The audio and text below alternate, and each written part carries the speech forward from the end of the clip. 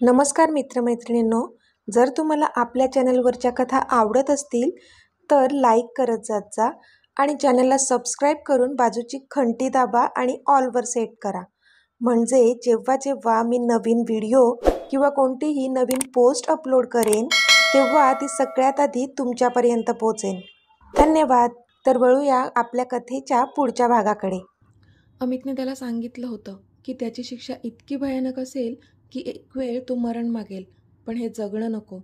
आणि नेमकं जसंच्या तसं तो त्याच्यासोबत करत होता. कुणाल विवळत होता, पण अमित त्याच्याकडे पाहून फक्त हसला आणि त्याचा गॉगल डोळ्यांवर चढवून तो आता निघणारच होता की त्याचा फोन वाजला. त्यावर अननोन नंबर होता. अमितने फोन उचलला. हॅलो, हूज दिस? अमित बोलला. तुझा बाप बोलतोय, मोहन राज्याध्यक्ष.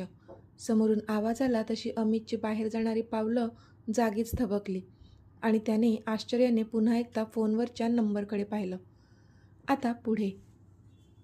कोण? अमितने पुन्हा विचारलं. कोण काय कोण? तुझा बाप, मोहन राज्याध्यक्ष बोलतोय. मोहन चिडून बोलले. पण अमित त्यावर काय बोलणार त्याआधीच रॉनी धावत अमितजवळ आला. बॉस. रॉनीने पॅनिक होत अमितला हाक मारली, पण अमितने त्याला हात दाखवून थांबण्यास सांगितलं. बोलू दे तुझ्या चमच्याला. एकदा तो काय बोलतोय ते ऐक तरी. मोहन इथून कुत्सित हसत बोलले, कारण त्यांनी रॉनीचा आवाज ऐकला होता. तसं अमितने एकदा रॉनीकडे पाहिलं आणि त्याला बोलण्याचा इशारा केला, पण रॉनीला मात्र घाम फुटला होता. पण तरी त्याने स्वतःला सावरत अमितला तो सांगू लागला. बॉस, ते रॉनीला अजूनही कळत नव्हतं की अमितला कसं सांगावं. Speak it fast damn it. अमितचे आता पेशन्स संपले होते. बॉस, ते मोहन आणि नैना राज्याध्यक्ष तिथून पळून गेले. रॉनीने एका झटक्यात सांगून टाकलं. पण आता आपल्या बॉसचा चमदग्नीचा अवतार पाहायला मिळणार माहीत होतं त्याला. What the hell? तुम्ही काय करत होतात मग? एवढी सिक्युरिटी काय टाइमपास करायला ठेवली होती का? अमित आता खूपच चिडला होता. बॉस, सिक्युरिटी तर टाईट होती आपली, पण कदाचित ते छुप्या मार्गाने पळाले. रॉनी खाली मान घालून बोलला. तशी अमितने नकारार्थी मान हलवली. तुझ्या चमच्याशी बोलून झालं असेल तर आता माझं ऐक. माझ्या कुणालच्या केसाला जरी धक्का लागला ना तर माझ्या इतका वाईट कोणी नसेल. मोहन बोलले. तसा अमितने एक कटाक्ष कुणालवर टाकला. तुला सगळं माहीत झालंच आहे तर मग ऐक. तुझ्या लाडक्या मुलाच्या केसालाच काय, त्याचं एक हाड पण तुला बघायला मिळणार नाही आणि ह्याची खबरदारी मी घेईन. अमित चिडून बोलला. अमित! मोहन जोरात ओरडले. आवाज खाली. मोहन राज्याध्यक्ष, तू आणि तुझ्या मुलाने केलेल्या पापाची शिक्षा हा अमित राज्याध्यक्षच तुम्हा दोघांना देणार आहे. अमित पण चिडून बोलला, पण त्यावर मोहन मात्र जोरजोराने हसू लागला. तू आधी पण माझं काहीच बिघडवू शकला नाही अमित, आणि आत्ताही काहीच वाकडं करू शकत नाहीस. मोहन बोलले. मी काय काय करू शकतो ह्याची तुला अजूनही कल्पना नाही येत. अमित बोलला. माझ्या मुलाला बऱ्या बोलाने सोडून दे अमित, नाहीतर. मोहन बोलले. नाहीतर काय रे? आता तू माझं काहीच वाकडं करू शकत नाहीस. अमित बोलला. तुझं नाही, पण तुझ्या जान्हवी आणि तुझ्या मुलांचं तर करूच शकतो ना? मोहन अकराळ विक्राळ हसत बोलले. तशी इथे अमितच्या तळपायाची आग मस्तकात गेली. मोहन, माझ्या जान आणि मुलांना मध्ये आणायचं नाही हा. अमित चिडून बोलला. ते ऑलरेडी मध्येच आले आहेत अमित. तू माझ्या मुलाला मध्ये आणलंस, मी तुझ्या मुलांना आणि बायकोला मध्ये आणलं. तुला व्हिडिओ पाठवला आहे तो बघ एकदा. मोहन हसत बोलले. तसा अमितने त्याच्या मोबाईलवर आलेला व्हिडिओ ओपन केला. त्या व्हिडिओमध्ये सगळीकडे अंधार होता. एका चेअरवर मीता आणि जिनू दोघांना बांधून ठेवलं होतं आणि त्यांच्या समोरच्या चेअरवर जानूला बांधून ठेवलं होतं. जिनू आणि मीता दोघेही रडत होते. जानू पण रडत होती, कारण तिच्या मुलांना ती तसं पाहू शकत नव्हती. पण तो व्हिडिओ पाहूनच अमित हादरून गेला. You bastard, how dare you to do this. तू त्यांना काहीच करणार नाही आहेस, ओके? त्यांना काही झालं ना तर सोडणार नाही मी तुला. अमित चिडून बोलला. ते आता तुझ्या हातात आहे. मोहन हसून बोलले. बोल, काय हवंय तुला? अमित बोलला. आत्ता कसा लाईनवर आलास? गुड. मोहन बोलले. त्यावर अमितने नकारार्थी मान हलवली. बोल. अमित स्वतःचा राग कंट्रोल करत बोलला. बरं ऐक. एकतर माझ्या मुलाला सही सलामत माझ्या स्वाधीन करायचं आणि तुझी सगळी प्रॉपर्टी माझ्या नावावर करायची. मोहन बोलले.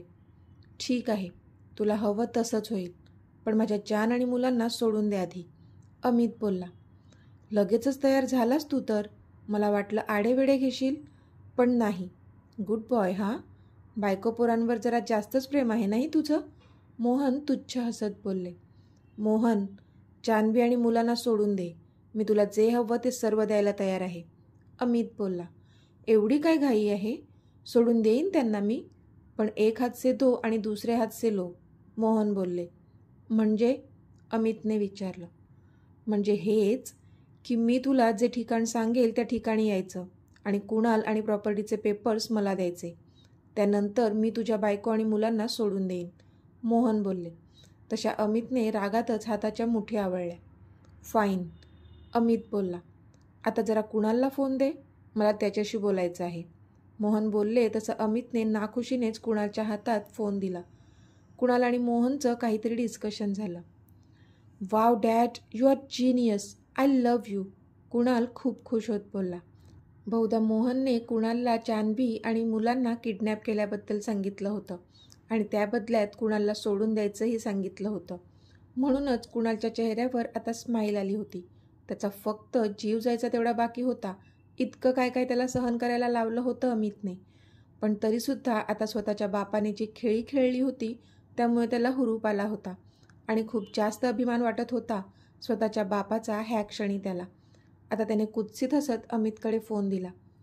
मी तुला ॲड्रेस सांगतोय, त्या ॲड्रेसवर पुढच्या 1 तासात पोहोच, कुणाल आणि प्रॉपर्टीचे पेपर्स घेऊन. आणि जर काही चलाखी करायचा प्रयत्न जरी केला ना, तर कधीच बघू शकणार नाही तुझ्या बायको मुलांना. आणि ह्यावेळी मी 1 घाव 2 तुकडे करूनच राहणार, मोहन बोलले. पण इथे अमितने मात्र रागाने हाताच्या मुठी आवळल्या. मी वेळेत पोहोचेल, तू त्यांना काहीच करणार नाही आहे, अमित बोलला. तू तुझा शब्द पाळ, मी माझा पाळेन, मोहन बोलले आणि फोन कट केला. अमितने मात्र आता धारधार नजर रॉनीवर टाकली, कारण इतकी काळजी घेऊनही तो मोहन राज्याध्यक्ष तिथून निसटूच कसा शकत होता आणि जानू आणि मुलांना किडनॅप कसा करू शकत होता. आय एम सॉरी बॉस, पण आपली सिक्युरिटी आपण बाहेरून ठेवली होती, पण ते दोघेही छुप्या रस्त्याने पळाले, त्यामुळे आपल्या माणसांना काही कळलंच नाही, रॉनी बोलला. पण त्यावर अमित काही बोलणार त्याआधीच इथे कुणाल जोरजोराने हसू लागला. तुला काय वाटलं, तू एकटाच शहाणा काय? तू कितीही उड्या मार, पण माझ्या डॅडच्या पुढे जाऊच शकणार नाही. कुणालला एवढा मारला होता तरी तो हसत बोलला, पण त्यावर अमितने मात्र त्याच्यावर जळजळीत कटाक्ष टाकला. असा बघतोयस काय? चल हात सोड माझे आणि मला घेऊन चल माझ्या डॅडजवळ. ऐकलं ना माझे डॅड काय बोलले? जर माझ्या केसाला पण धक्का लागला ना, तर तो तुझ्या जान आणि मुलांना डायरेक्ट वरती पाठवणार आहे, असं बोलून कुणाल जोरजोराने हसू लागला. शटअप यू बास्टर्ड, खबरदार तुझ्या ह्या घाणेरड्या तोंडातून माझ्या जान आणि मुलांचं नाव जरी काढलंस. अमित त्याच्या अंगावर धावून गेला होता आणि त्याने त्याचा गळा गच्च आवळला होता. तसा कुणाल मात्र आता स्वतःला वाचवण्यासाठी हातपाय मारत होता, पण अमितने त्याला सोडलंच नव्हतं. त्याच्या डोळ्यात तर रक्त उतरलं होतं. बॉस प्लीज सोडा त्याला, नाहीतर मरेल तो. इतक्यात रॉनी तिथे गेला आणि त्याने अमितला अडवलं, तसं अमितने त्याला सोडून दिलं. आता मात्र कुणाल मोठमोठाले श्वास घेत होता. मरणाची मूर्तिमंत भीती त्याच्या चेहऱ्यावर झळकत होती, पण तरी त्याला माहीत होतं की आत्ता काही अमित आपलं वाकडं करू शकणार नाही आहे, कारण त्याच्या बापाने खेळीच अशी खेळली होती, ज्याच्या जोरावर तो पुन्हा अमितकडे पाहून तुच्छ हसू लागला. तू कितीही काही केलंस तरी तू मला काहीच करू शकणार नाही, कुणाल हसून बोलला. त्याला पूर्ण गॅरंटी होती की अमित त्याला मारणार नाही. रॉनी लेट्स गो, अमित डोळ्यांवर गॉगल चढवत बोलला. तसा इथे कुणाल पुन्हा हसला. ए सोडा माझे हात, तुमचा बॉस काय बोलला ऐकलं नाही का, कुणाल त्या 2 माणसांना बोलला. पण अमितची ती दोन्ही माणसं आता त्याला पुन्हा त्या शॉक असलेल्या पाण्यामध्ये उतरवू लागली. तसा कुणाल पुन्हा अस्वस्थ झाला. त्याला कळत नव्हतं काय होतंय. मी जोपर्यंत येत नाही तोपर्यंत ह्याच्यासोबत हे करतच राहायचं आहे, आणि हां, तो मरता कामा नये, गॉट इट, अमित बोलला. तशी त्या दोन्ही माणसांनी होमध्ये मान हलवली, पण कुणाल मात्र घामाघूम झाला होता.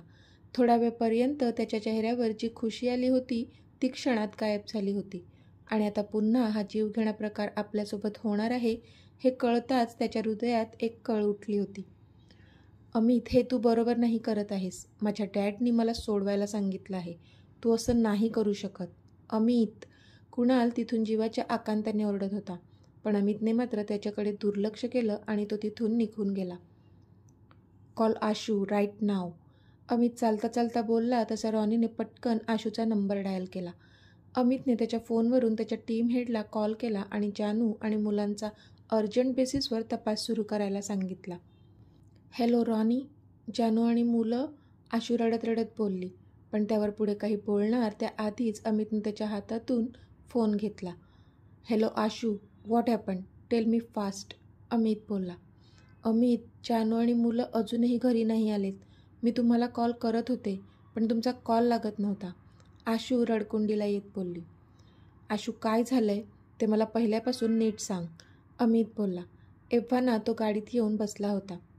हो, मी मुलांना स्कूलमधून आणायला जातच होते की जानू बोलली की आज ती मुलांना घेऊन येईल. मुलांना पण सरप्राईज मिळेल, मुलं खुश होतील, म्हणून मग मी ओके बोलले आणि जानूला पाठवलं स्कूलमध्ये. पण बराच वेळ झाला तरी ते घरी परत आलेच नव्हते.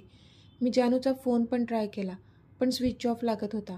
मी अजून थोडा वेळ वाट पाहिली, पण शेवटी मला राहावलंच नाही. तशी मी तडक उठून स्कूलमध्ये गेले. तेव्हा कळलं की स्कूल सुटून बराच वेळ झाला होता. मी तिथे चौकशी पण केली, पण कोणालाच काहीच माहीत नव्हतं त्यांच्याबद्दल. मला अजूनच भीती वाटली. मी तिथून निघाले, पण रस्त्यात मला जानूचा फोन पडलेला दिसला. तेव्हा मात्र मी खूप घाबरले. मी पोलिसात जाणार होते, पण म्हटलं आधी तुम्हाला सांगावं म्हणून तुमचा नंबर लावला, पण सतत बिझी लागत होता. अमित, मला भीती वाटते. जानू आणि मुलं कुठे असतील? त्यांना काही होणार तर नाही ना? आशू रडत बोलली. डोंट वरी आशू, काही होणार नाही त्यांना. मी काहीच होऊ देणार नाही. तू घरीच थांब. आम्ही जानू आणि मुलांना शोधून आणतो. अमित बोलला आणि त्याने कॉल कट केला. बॉस, कुणालचं काय करायचं? रॉनीने विचारलं. त्याची शिक्षा जी आहे तीच त्याला मिळत आहे, अमित बोलला. पण मोहन? रॉनी बोलतच होता की अमितने त्याला अडवलं आणि एक नंबर डायल केला. सगळं रेडी आहे? अमितने विचारलं. येस बॉस, समोरून बोलणं झालं. ओके, आम्ही आता पोहोचतोय. तुम्ही अर्ध्या रस्त्यात आम्हाला जॉईन व्हा, अमित बोलला आणि फोन कट केला. बॉस, मोहनने जी डिमांड केली ती पूर्ण करावीच लागेल, नाहीतर मॅडम आणि मुलांना त्रास होईल. रॉनीला जानूची आणि मुलांची काळजी वाटत होती, म्हणून तो बोललाच. तो काहीच करू शकणार नाही. माझा लॉयर डुप्लिकेट प्रॉपर्टी पेपर्स आणि एक सबस्टिट्यूट घेऊन आपल्याला जॉईन होतील पुढच्या रस्त्यात, अमित बोलला. तसं रॉनीला कळलं की त्याचा बॉस तर एक पाऊल पुढेच असतो नेहमी. इथे मीता आणि जिनूला चेअरवर बांधून ठेवलं होतं आणि ते दोघंही रडत होते. जानू पण त्यांच्या समोरच्या चेअरवर बांधली गेली होती. तिच्या डोळ्यात पण अश्रू होते, कारण सध्या ती तिच्या दोन्ही पिलांना कुशीत घेऊन शांत करू शकत नव्हती. ती नव्हती पाहू शकत त्या दोघांना असं. जी भीती वाटत होती ती आत्ता खरी झाली होती. तिला स्वतःच्या जीवाची पर्वा नव्हतीच मुळी. तिला तर तिच्या दोन्ही मुलांची चिंता वाटत होती. आपल्यावर असलेल्या रागापायी त्या कोवळ्या जीवांची पण फरफट होत होती, म्हणून तिला जास्तच वाईट वाटत होतं. जिनू, प्रिन्सेस, रडू नका बाळांनो. तुमचे पप्पा खूप स्ट्रॉंग आहेत. ते आपल्याला इथून नक्कीच सोडवतील, जानू त्या दोघांना आश्वस्त करत बोलली. खरंच मम्मा, पप्पा आपल्याला सोडवायला येणार का इथे? प्रिन्सेसने नाक वर ओढत विचारलं. तशी जानूने होमध्ये मान हलवली. दादा, पप्पा येणार आहेत, रडू नकोस, प्रिन्सेस बोलली. तसं जिनूने एकदा जानूकडे पाहिलं आणि मग त्या बंद खोलीकडे पाहिलं. त्या खोलीला ना कुठे दार होतं, नाही कुठे खिडकी. एकदम पॅक्ड खोली होती ती. त्यांना कुठे ठेवले ते पण कळत नव्हतं. त्यांना तर श्वास घ्यायला पण त्रास होऊ लागला होता आता. इतक्यात दारातून कोणीतरी आत शिरलं. तसे ते सगळेजण समोर पाहू लागले, पण त्या इतक्या अंधारात सुद्धा जानूने त्याला ओळखलंच, कारण तोच होता, मोहन राज्याध्यक्ष. आणि त्याला पाहूनच जानूला भीती वाटली. तिचा भूतकाळ सरसर तिच्या डोळ्यांसमोरून तरळू लागला. तू? जानूने घाबरून विचारलं. हो, मीच. तुझ्या नवऱ्याला काय वाटलं? सगळं त्याच्याच मनासारखं होणार आहे का? अजिबात नाही. नाही, तुम्हा सर्वांना पुन्हा एकदा वेगळं केलं ना तर नाव लावणार नाही, मोहन राज्याध्यक्ष. आणि ह्यावेळेस कायमचं वेगळे होतील तुम्ही. ह्या दोन्ही मुलांच्या बापाला कधीच त्यांना भेटता येणार नाही, ह्याची सगळी तजवीज मी करून ठेवली आहे. हा हा हा, मोहन जोरजोरात हसू लागले. माझा मीत आम्हाला कुठूनही शोधून काढेनच. तू तर तुझी पर्वा कर. जर पुन्हा ह्यांच्या ताब्यात सापडला ना तर ह्यावेळी तुला आणि तुझ्या त्या नीच मुलाला काही जिवंत सोडत नसतात ते, जानू चिडून बोलली. बघू कोण कोणाला नमवतो ते, मोहन पुन्हा हसून बोलली. ते तर वेळच ठरवेल. तू उलटी गिनती सुरू कर मोहन राज्याध्यक्ष, जानू बोलली. तसा मोहन अजूनच चिडला आणि तिथून झपझप पावलं टाकत निघून गेला. जानूने मात्र एक सुस्कारा सोडला. इथे अमितची गाडी येऊन इच्छित स्थळी पोहोचली होती, जिथे मोहन राज्याध्यक्षने त्याला बोलावलं होतं. अमित गाडीतून खाली उतरला आणि त्या भल्या मोठ्या बिल्डिंगकडे पाहू लागला. त्याने त्याच्या माणसांना इशारा केला आणि तो थेट रॉनीसोबत आत निघून गेला. तर मित्रमैत्रिणींनो, आजचा भाग तुम्हाला कसा वाटला ते मला कमेंटमध्ये सांगा. आणि जर आवडला असेल तर व्हिडिओला लाईक करा, शेअर करा आणि चॅनलला सबस्क्राईब करून बाजूची घंटी नक्की दाबा. चला तर भेटूया आपल्या पुढच्या भागात. तोपर्यंत धन्यवाद.